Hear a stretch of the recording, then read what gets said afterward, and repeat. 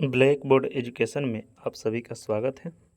इस वीडियो में हम ग्रेविटेशन और इससे संबंधित एक्सेलरेशन ड्यू टू ग्रेविटी मतलब कि गुरुत्वीय त्वरण और वेट से संबंधित जिसमें लिफ्ट वाला क्वेश्चन जो होता है यह देखेंगे कि किस तरह से एग्ज़ाम में पूछता है। ठीक है, अगर आपको हमारा वीडियो यह अच्छा लगता है तो इसको जो है सब्सक्राइब कर लीजिएगा और इसको शेयर ज़रूर कीजिएगा ताकि और लोगों को भी जानकारी हो सके। ठीक है, अगर आपको पीडीएफ चाहिए तो इस टेलीग्राम को ज्वाइन कर लीजिए, वहाँ से पीडीएफ भी मिल जाएगा। ठीक है, सबसे पहले हम देखते हैं एक्सिलरेशन ड्यू टू ग्रेविटी मतलब गुरुत्वीय त्वरण क्या होता है। ठीक है, देखिए ध्यान रखिएगा कि एक होता है बड़ा जी और यहाँ पर जो दर्शाया गया छोटा जी, इन दोनों में अंतर होता है। ठीक है, तो सबसे पहले यह समझेंगे कि एक्सिलरेशन ड्यू टू ग्रेविटी क्या होता है। ठीक है, तो एक्सिलरेशन क्या होता है कि जो वेलोसिटी होता है और वह जितने समय में चेंज होता है, ठीक है, मतलब rate of change of velocity, ठीक है, उसी को कहते हैं त्वरण। तो यह जो है पृथ्वी के सतह के निकट किसी वस्तु को जो आकर्षित करती है, जो खींचती है पृथ्वी, मतलब पृथ्वी में जो एक प्रकार का त्वरण उत्पन्न होता है किसी वस्तु को खींचती है, तब उसी को हम लोग एक्सिलरेशन ड्यू टू ग्रेविटी मतलब गुरुत्वीय त्वरण कहते हैं। ठीक है, इसको गुरुत्व भी कहा जाता है, इसे जी द्वारा सूचित किया जाता है। तो पृथ्वी की सतह पर जी का मान जो है यह याद रखिएगा 9.8 मीटर पर सेकंड स्क्वायर होता है। ठीक है, चलिए हम जानते हैं कि कोई भी वस्तु अगर कोई मान लीजिए यह पृथ्वी है तो कोई वस्तु यह यदि पृथ्वी की ओर आता है तो इसमें एक्सीलरेशन ड्यू टू ग्रेविटी मतलब गुरुत्वीय त्वरण लगता है जो जी होता है। ठीक है, तो इसके हिसाब से जो फोर्स लगता है पृथ्वी जो जिस बल से खींचती है उसको गुरुत्वीय बल कहते हैं, वह बल हो जाता है F बराबर mg। इसको मान लेते हैं इक्वेशन 1। और फिर दो वस्तु, एक वस्तु यह और एक पृथ्वी को भी हम लोग एक वस्तु मान ले, अगर एक बॉडी मान लेते हैं तो इसमें जो न्यूटन के नियम से, गुरुत्वाकर्षण के नियम से F बराबर होता है G m r², जहाँ यह छोटा m जो है यह किसी वस्तु का मास है जबकि बड़ा m जो है पृथ्वी का मास है।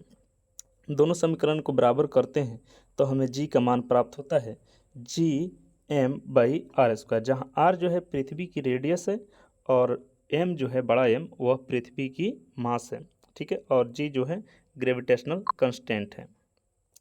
ठीक है, तो उसके बाद हम देखते हैं कि यहाँ पर पृथ्वी की सतह से अब ऊंचाई बढ़ने से ऊंचाई घटने से क्या फ़र्क पड़ता है गुरुत्वीय त्वरण पर। ठीक है, तो देखिए पृथ्वी की सतह से h ऊंचाई पर गुरुत्वीय त्वरण जो होता है वह कितना होता है, इसके अध्ययन के लिए हम लोग देखिए हम जानते हैं कि Gm/r², अभी अभी हम लोग जो है ज्ञात की है। देखिएगा यहाँ पर g बराबर होता है बड़ा जी और पृथ्वी का मास और फिर जो है उसके बीच की दूरी, मतलब सतह था तो हम लोग r लिखें और सतह से जैसे ही दूर जाएगा तो उसमें h जोड़ देंगे। ठीक है, तो हमने कहा किया कि h जोड़ दिया और Gm बराबर होता है Gr²। ठीक है, इसी समीकरण से हमें प्राप्त हो जाएगा। ठीक है, कि देखिए Gm जो है केवल निकालिएगा तो यह हो जाएगा Gr², तो इसका मान हम यहाँ पर पुट कर दिए हैं।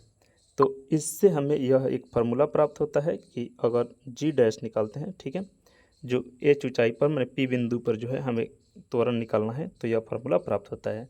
और इस फार्मूला द्वारा हम यह प्राप्त करते हैं कि जैसे जैसे ऊंचाई बढ़ती है गुरुत्वीय त्वरण का मान घटते जाता है। ठीक है, तो अब इस पर एक क्वेश्चन है, कह रहा है कि जैसे ही हम पृथ्वी की सतह से ऊपर जाते हैं गुरुत्वाकर्षण का कारण त्वरण जो होता है वह क्या होता है, तो कम हो जाता है। इसका राइट आंसर हो जाएगा 2, सही हो जाएगा। ठीक है, उसी तरह से यहाँ पर देखिएगा कि अगर गहराई बढ़े तो उसके कारण जो त्वरण होगा वह क्या होगा, उसके लिए यह फार्मूला होता है। चूँकि हम जानते हैं कि यहाँ पर जो आपको फार्मूला दिया गया है, ठीक है, तो यहाँ पर जो प्लस की है h वहाँ पर हो जाएगा माइनस डी। ठीक है, चूँकि डी गहराई पर हम लोग जा रहे हैं तो उस डी के कारण जो है यह फार्मूला हमें प्राप्त होता है।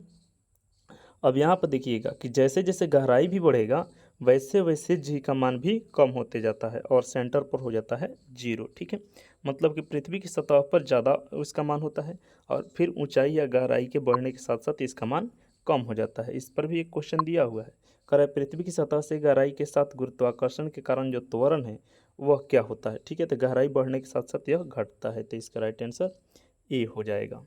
ठीक है, चलिए आगे देखते हैं। अगर पृथ्वी चूँकि रोटेट भी करती है तो रोटेट करेगी तब रोटेशन के कारण भी इस जी के मान पर प्रभाव पड़ता है। ठीक है, तो ध्रुवों पर इसका मान मैक्सिमम होता है और इक्वेटर पर जो होता है कम होता है। इक्वेटर कौन होता है? जो बीचों बीच रेखा होता है वह होता है इक्वेटर, और यहाँ पर होता है पोल। ठीक है, यहाँ पर आपको फिगर पूरा डिटेल दिया गया है कि इक्वेटर यह है। ठीक है, और जैसे जैसे चूँकि यहाँ पर जो दिखाया गया हुआ mg है, जो सेंटर की ओर लगने वाला बल होता है। ठीक है, जिसे हम वेट फोर्स कहते हैं। चलिए अब जानते हैं कि यहाँ लिफ्ट से संबंधित क्वेश्चन।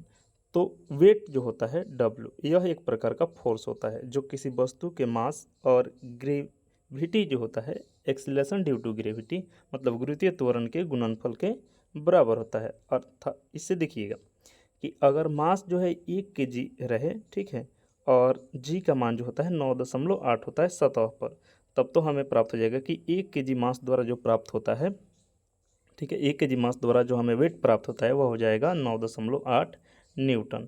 तो यह एग्जाम में पूछ देता है कि एक वेट जो 1 kg मास है उसका वेट कितना होगा। ठीक है, तो 9.8 न्यूटन कहिए चाहे kg वेट कहिए। ठीक है, तो यहाँ वेट का जो मात्रक है 2 हो जाता है, kg वेट या न्यूटन। ठीक है, तो 1 kg द्रव्यमान का जो मतलब भार होगा वह हो जाएगा 9.8 न्यूटन। अब देखिए इसके बाद जो है अब हम देखते हैं कि यदि कोई लिफ्ट जो है जिस पर कोई व्यक्ति बैठा हुआ है जो ऊपर की ओर जा रहा है, उस बैठ कर जाते हैं। ठीक है, यह एक समान गति से ऊपर या नीचे की ओर चल रही है, तो उसमें जो मतलब कि उसका वर्चुअल जो भार होगा, ठीक है, एपरेंट वेट होगा, वह रियल वेट से क्या होगा? बराबर होता है। कैसे होता है देखिएगा, क्योंकि कोई भी वस्तु जो है अगर ऊपर की ओर जा रहा है तो हम जानते हैं कि ऊपर की ओर जाएगा तो उसमें नॉर्मल फोर्स लगता है, और नीचे की ओर हमेशा जो है वेट फोर्स लगता है, जिस वेट फोर्स को हम लिखते हैं mg से। ठीक है, अब ध्यान रखिए, तो हम अगर ज़्यादा जिसमें लगे उसमें से कम वाले फोर्स को घटाते हैं तो ये हो जाएगा n-w, और बराबर हो जाता है ma न्यूटन के सेकेंड लॉ से। ठीक है, तो देखिएगा ma यहाँ पर कह रहे हैं कि एक समान गति से, तो एक समान गति से जैसे जाएगा तो उसमें एक्सीलरेशन जो होता है 0 हो जाता है, और एक्सीलरेशन जब 0 हो जाएगा, ठीक है, तो n और w जो है दोनों बराबर हो जाएगा। ठीक है, तो यही बात कह रहा है कि ये दोनों जो है बराबर होता है, मतलब कि उसका आभासी भार और वास्तविक भार जो है दोनों इक्वल हो जाते हैं। ठीक है, चलिए इसके बाद कह रहा है कि यदि लिफ्ट त्वरण के साथ ऊपर जा रहा है तो वस्तु का जो मतलब कि एपरेंट वेट होगा, जो आभासी वजन होगा, वह वास्तविक वजन से अधिक हो जाएगा। कैसे? इसको ध्यान दीजिए, क्योंकि यह ऊपर की ओर जा रहा है, तो ऊपर की ओर जा रहा है तो हम जानते हैं कि n जो है ज़्यादा लगेगा, क्योंकि ऊपर की ओर जो लग रहा है वह है नॉर्मल फोर्स, और नीचे की ओर जो लग रहा है वेट फोर्स। तो ऊपर जा रहा है तो इसका अर्थ है कि ऊपर की ओर ज़्यादा फोर्स लग रहा है, तो n-w, ठीक है, और बराबर हो जाएगा ma। ठीक है, तो देखिए इसमें त्वरण है, मतलब कि इसमें जीरो नहीं होगा त्वरण, तो इसमें से अगर नॉर्मल फोर्स निकालते हैं तो ये हो जाएगा ma प्लस W, मतलब कि mg। ठीक है, यहाँ पर देखिएगा कि यहाँ जो नॉर्मल फोर्स है, ठीक है, मतलब ऊपर की ओर जो एक प्रकार का आभासी मतलब कि वेट लग रहा है, फोर्स लग रहा है, वह बढ़ गया, क्योंकि यहाँ पर देखिए W जो है आपका वेट है और फिर ma, ये दोनों जुट गया, तो इसका अर्थ है कि आपका भार अधिक हो गया है। ठीक है, n यहाँ पर क्या है? नॉर्मल फोर्स के साथ साथ आभासी भार है। ठीक है, तो आभासी भार यहाँ पर बढ़ जा रहा है। ठीक है, मतलब कि अपरेंट जो वेट है वे अधिक हो जाएगा जब ऊपर की ओर जाएगा तब। चलिए उसके बाद क्वेश्चन दिया हुआ है कि यदि लिफ्ट त्वरण के साथ नीचे आ रहा है तो इसका जो मतलब कि जो इस बॉडी का अपरेंट वेट होगा वह वास्तविक मतलब कि रियल वेट से कम हो जाएगा। इसका विपरीत है। ठीक है, जैसे यह ऊपर की ओर नॉर्मल फोर्स लग रहा है, नीचे की ओर वेट फोर्स लग रहा है, तो अब की जो है नीचे आ रहा है तो W माइनस n हो जाएगा। ठीक है, और बराबर ma लिखेंगे, क्योंकि यह पूरे मतलब जनरल फार्मूला होता है। इसमें से अगर हम निकालें n का मान, ठीक है, तो n का मान निकालिएगा तो e हो जाएगा W माइनस ma। ठीक है, तो यहाँ देखिए जो आपका वेट है उससे उसमें से यह ma कम कर दे रहे हैं। ठीक है, मतलब कि इसका आपका जो मतलब कि जो भार होगा, जो लिफ्ट जा रहा है उसमें जो बॉडी है उसका जो भार होगा वह कम हो जाएगा, ma कम कर दिया जा रहा है, तो यह वास्तविक जो रियल वेट है, वजन है, उससे कम हो जाएगा। ठीक है, उसके बाद कह रहा है अगला, यदि लिफ्ट का तार टूट जाए तो वह खुलकर नीचे गिरता है, मतलब कि वह फ्री गिरता है। ठीक है, स्वतंत्र रूप से गिरता है। इस स्थिति में लिफ्ट में किसी पिंड का भार शून्य हो जाता है और यह भारहीनता की स्थिति उत्पन्न हो जाती है। कैसे, देखिए जब ऊपर की ओर जा रहा है, ठीक है, और अचानक यह टूट जाता है, तो टूट जाने के दौरान जो है ये स्वतंत्र रूप से गिरेगा, मतलब कि आपका जो त्वरण होगा ये जो होगा वह जी के बराबर हो जाएगा, ठीक है। तो हम जानते हैं कि एन माइनस डब्लू बराबर होता है एम ए। अब ध्यान दीजिएगा यहाँ पर कि यहाँ डब्लू बराबर होता है एम जी, तो एन बराबर हो जाएगा आपका एम ए अब प्लस एम जी, ठीक है, दोनों बराबर हो जाएगा, ठीक है। तो ये कह रहा है कि यदि तार टूट जाए तो नीचे की ओर अन लगा है, तो इसलिए यह जो रिलेशन है मतलब कि एन माइनस डब्ल्यू बराबर एम ए, यह उल्टा हो जाएगा, डब्ल्यू माइनस एन बराबर एम ए हो जाएगा, और इसमें ए जो है जी के बराबर हो जाएगा, और दोनों जो है घट जाएगा तो हो जाएगा जीरो, मतलब कि यहाँ पर नॉर्मल फोर्स मतलब कि ऊपर की ओर जो बल लग रहा है वह हो जाएगा जीरो, ठीक है। तो वह जीरो जब हो जाएगा तो इस स्थिति में वह भारहीनता की स्थिति में आ जाती है। देखिएगा यहाँ पर जो समीकरण आपको दिखाई दे रहा है, ठीक है, कि यह नीचे की ओर आ रहा है, तब हो जाता है डब्ल्यू माइनस एन बराबर एम ए, और आपको बताएं कि ए और जी दोनों बराबर हो जाता है चूँकि यह टूट जा रहा है, ठीक है। जब टूट जा रहा है तो उसमें कोई त्वरण नहीं रहेगा, जिसके कारण जो है ए जी के बराबर हो जाएगा, और इसमें से जब घटाएंगे तो हो जाएगा जीरो, मतलब कि इसमें आपका नॉर्मल फोर्स जो है वह जीरो हो जाएगा। इस स्थिति में वो भारहीनता की स्थिति में आ जाता है।